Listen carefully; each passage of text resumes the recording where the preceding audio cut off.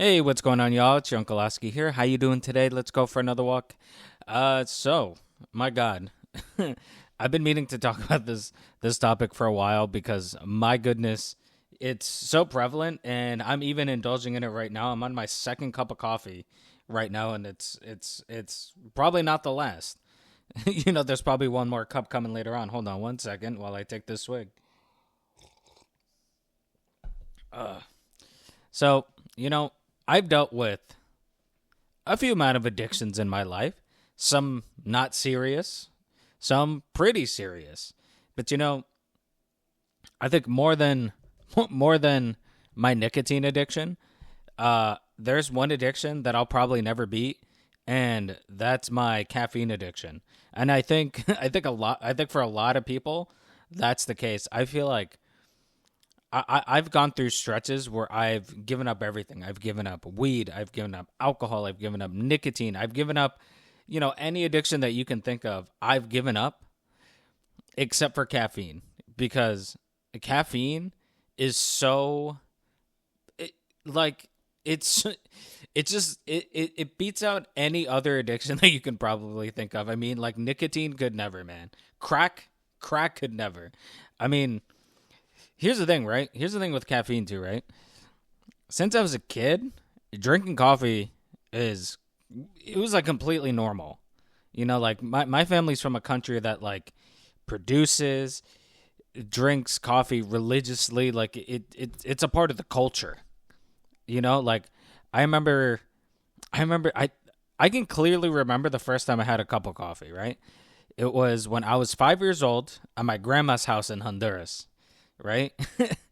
I was 5 years old, and this lady casually handed me a cup of black coffee. And for whatever reason, it's weird, right? Because I don't drink black coffee now, but for whatever reason, when I was a kid, it just felt so good and it felt so normal. It was almost like my body was just waiting for the first time that it got a cup of coffee. Like it was genetically engineered to intake coffee.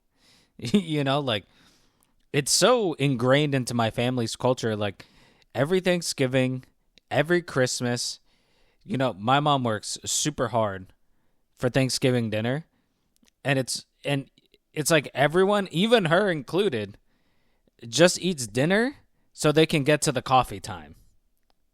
It's like they scarf down the Thanksgiving meal. They wait half an hour and then they're all jittery and they're just like coffee time, coffee time.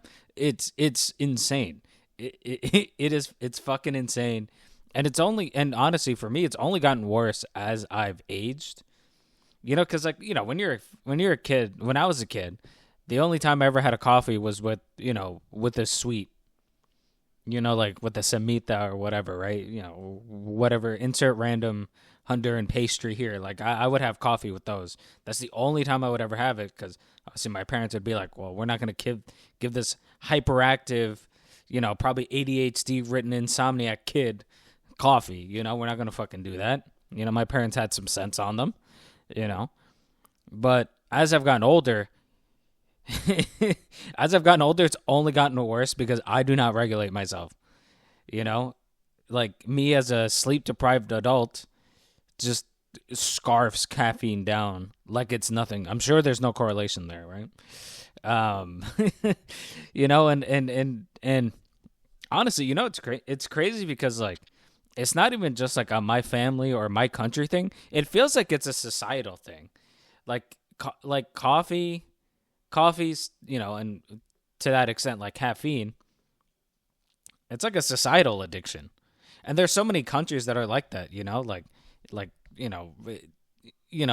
from most places in Europe to a lot of Latin America and to especially fucking America. I mean, my fucking God, like I, it just goes so hard everywhere. Like within, like a 10-minute radius of my house, if I were to walk, not even drive, just walk, I could probably hit 10 different places that I can get a cup of coffee. And probably like 6 of those are dedicated coffee shops. That is that's insane. And if you were to extrapolate that to like 10-15 minute drive from my house in any direction, it jumps up exponentially, dude. Like, all right, so check it, right? So my job is on a Strode. You know, if you're in America, you know the dystopian look and feel of a Strode. You know, so on just on this Strode, my office is probably like a 7 minute. If there's no traffic, it's like a 7 minute drive. You know, a 7 minute drive from my house, and on the way, just on one side of the fucking road of the Strode, there's two Dunkin' Donuts, a gas station with a Dunkin' Donuts inside, a gas station that has coffee machines inside, a regional coffee shop or coffee chain that's, you know, specific only to the area that I live in, to the region of the country that I'm in, and a Starbucks that opened up the gates of white suburban hell. You know, like, it it's so fucking insane because the drive to my job is supposed to be 7 minutes. Supposed to be. But here's the thing. I shit you not. The times that there are traffic on the way are always due to one of three reasons. One, road work. Completely understandable. Fucking my taxes go to that. You better fix the goddamn roads, right? Two, just too many people. I mean, you know, goddamn. We multiply like maggots, you know. And three, and I shit you not, I am not lying to you. If there's anything to take away from any of my videos is that I'm not lying to you about this, is traffic jams or accidents because of coffee places. Whether it's the line for the Dunkin' Donuts is so long that it's wrapping out into the road. And even worse, they opened up a Starbucks 2 years back, opened up the gates of hell for all these white suburban people. Because, you know, the town, I know some people will be like, why are you pointing out white people? Well, listen, it's a mostly white town. And we all know how much suburban moms and teenage girls, they fucking love that shit. And let me tell you something, the traffic jams caused by that gives me the big, like, I hate being in traffic in general, but like this shit is absolutely unbelievable. And even worse is when people from the opposite lane cause accidents because they were trying to get to said coffee shop. Like, you just almost risked it all. You caused this massive traffic jam during rush hour because you wanted to get your fucking coffee. Are you kidding me? I'm like, it's just so unreal. It's obscene. It's honestly like, it's almost impressive, but I'll never give it that title because it is just so fucking dumb. You got T-boned with your kid in the car because you wanted to get, I don't know, a cold brew from fucking Dunkin' Donuts. What the fuck are you doing? You know, like, what is this? You know, and then, and we have a wide range of coffee shops around here, right? We, like, whatever facet of coffee shop you can think of, we got it. We got gross hipster coffee shops with pretentious dickholes making it. You know, the people who, you know, they're like, you know, what, you don't know what Americano is? Like, no, I fucking don't. Can you explain it to me? You know, you have all these words on here. I have no idea what the fuck any of them mean. So can you just explain it to me? Stop being an asshole about it. Then you have genuinely good coffee shops. You know, like coffee shops where you get a cup of coffee, you're like, wow, this is absolutely unbelievable. Like actually really, really good. And, you know, most of them have really nice bakeries too. So that's awesome. You know, no complaints on that. Then you have obviously the corporate coffee serving swill to the masses. You know, your Dunkins, your Starbucks, you know, all these other places, right? But even worse, what's even crazier, an even crazier indication of just how much coffee has just taken over America are the gas stations that have rows, and I mean rows upon rows of coffee. Like, my God, man. Like, you know, there are some gas stations that'll have like, they'll have a little coffee section, a little small coffee section, right? Where you can get, your disgusting coffee for fucking like $4 or $5, right? But man, like we have this one gas station. I'm pretty sure it's regional. Cumberland's over here, right? Dude, their coffee section is fucking massive. It's it's so massive. Like they have like 4 different blends for their coffees, and each different blend, at least the ones near me, each one of them has like 4 machines for them. So there's like 16 machines for just hot coffee, and then you have, give or take some, right? Some Cumberlands are bigger than others. And then you have a separate machine for cold brews. And then the cold brews have different blends to them. And it's just like, Jesus Christ, like how much coffee are we inhaling? And there's just coffee trash all over the place in these places. It's nuts, man. It's genuinely baffling to see how much caffeine, even with just like, I haven't even touched on all the other, types of caffeine.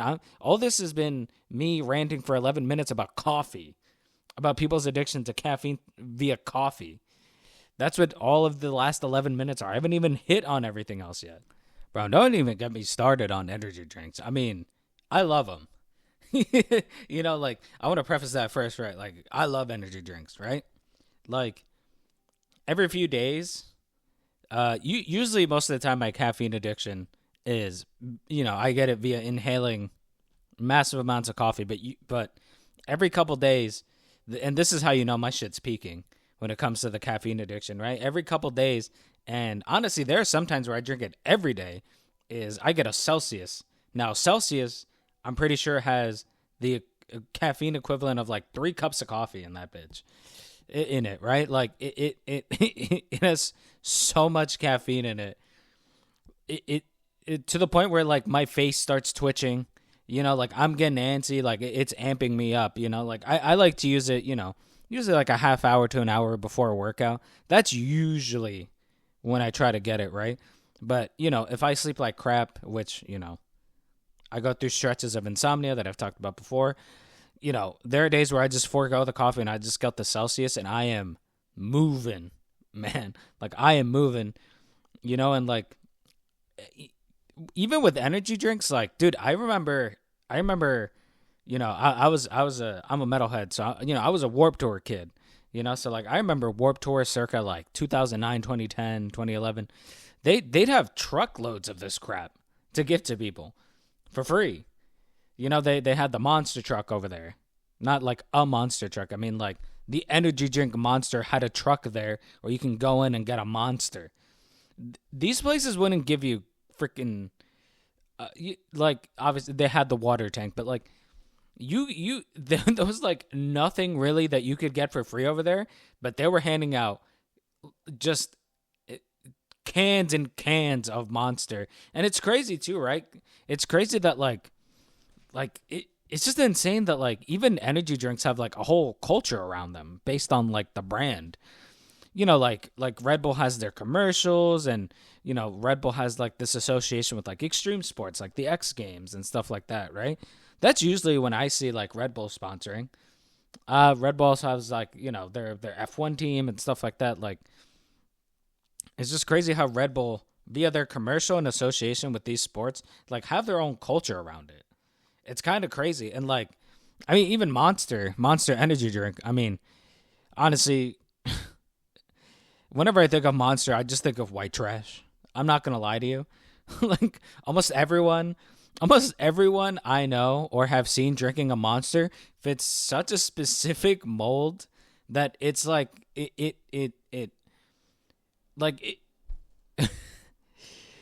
the people who drink Monster, at least that like I've seen drinking Monster, I'm like, you leave me no other conclusion than to just like stereotype you because all of you are the same. It's actually kind of crazy. Like the type of person that I see drinking this, like it's actually insane watching a stereotype formulate in your head via the things that you see. It's actually super scary, but in this case, it's not important. It's just people who drink this specific brand of energy drinks, right? And like, dude, even like pre-workout is everywhere in the space if you're into lifting and shit. Like, I mean, even me drinking the Celsius, I guess you could count as pre-workout, but like, I'm talking about like specifically pre-workout drinks and powders and all that stuff. Like, it's crazy, And then, honestly, dude, we've even had energy drinks banned here. You know how bad something has to be to get banned in the USA?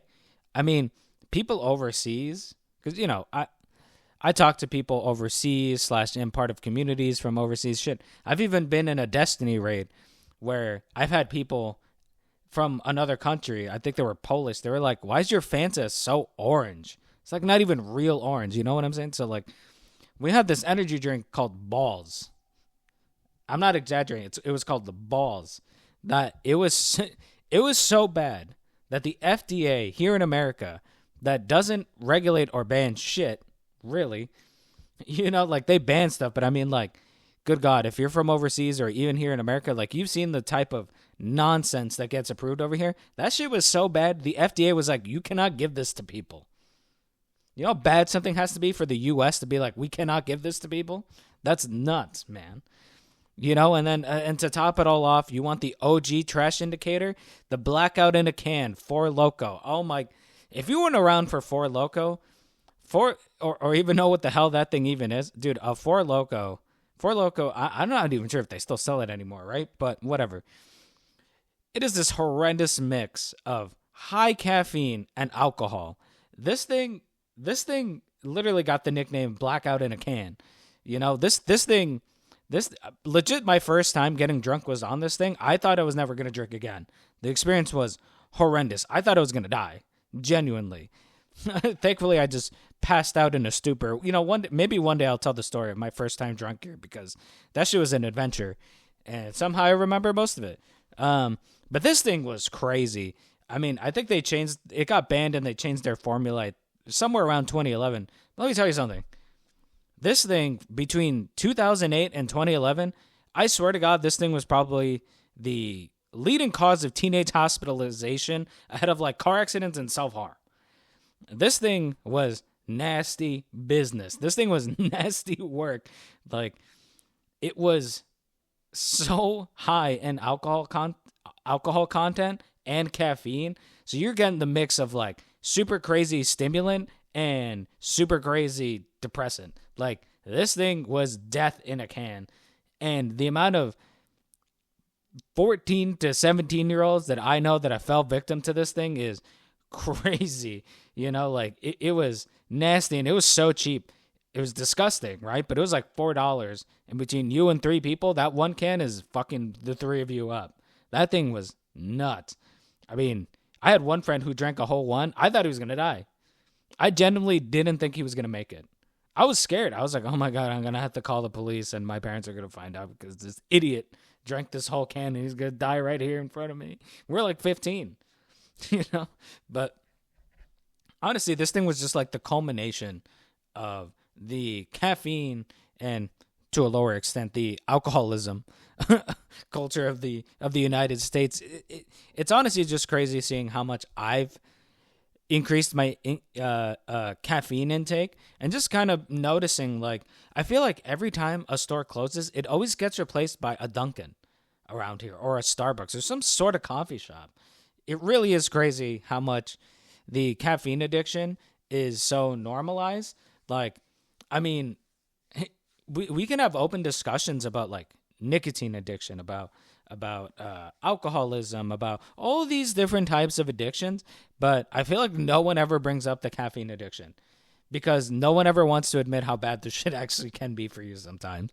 Like, there are, like with anything, like caffeine has drawbacks to it. It has side effects to it, but like, I feel like we're so used to it and just don't care anymore. But look, this has gone on for, I was planning on this video being like 10 minutes and I've gone almost 20 minutes just ranting about all this nonsense. So, you know what? I'm going to cut it here before I go on even further. If you like the video, like, comment, and subscribe. Thank you guys for listening. Until next time, I'll see you then. Thanks.